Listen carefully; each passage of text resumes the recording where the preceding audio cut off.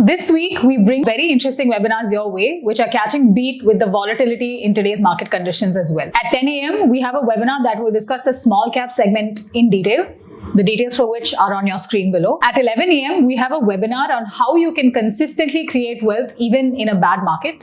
Don't forget to register. Details are on your screen. Then we move on to making every woman a Kodishwari with a webinar at 12 p.m. on micro SIP.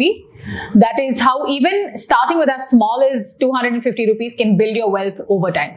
This is for all the women out there. Don't forget to register. Don't miss out on these webinars. This is your time to learn and stay ahead of the markets and get an experience of what we do. Register now using the links in the description below. The RBI's Monetary Policy Committee meeting concluded today and the results are out. So here's a quick look at what the RBI decided.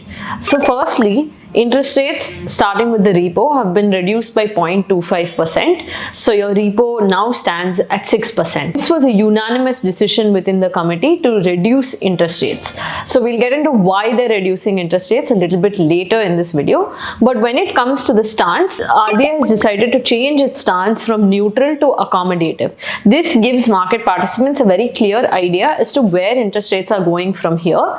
Because when the RBI is in an accommodative stance, it means that they only have two rate actions available to them, which means they can either maintain the status quo and keep interest rates where they are, or they can opt to reduce interest rates by cutting them. So in the neutral stance, the RBI had the flexibility to increase interest rates as well, but this is a clear signal that we're moving into lower interest rate territory. Why are we doing that? If we try to understand the factors that have driven the RBI's decision on interest rates, one of the things that stands out is what the governor said in terms of the inflation expectations as well as the growth expectations for this year.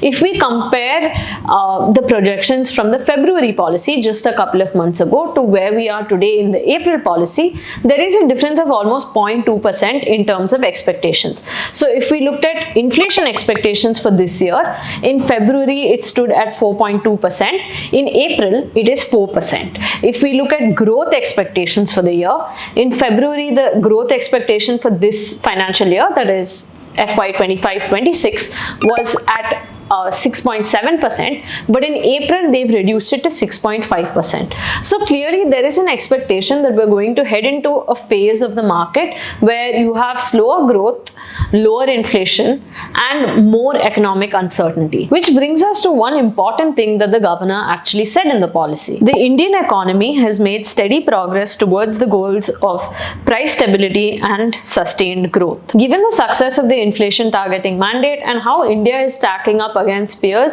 in a challenging global environment, the RBI seems to have gotten many things right in this cycle. The key thing is to give market support as well as the economy support when global uncertainty is much higher, which could dampen decisions from both businesses and consumers. The RBI believes that it needs to collaborate with the government and the heavy lifting needs to come from both sides. The budget has already given us a certain level of stimulus and now monetary policy needs to pull its weight in this journey as well. So as we head into this phase of more uncertainty, slower growth and lower inflation, it's important for us to restructure our portfolio decisions that can capture this new macro environment. How are you preparing your portfolio for this environment? Let us know in the comments below.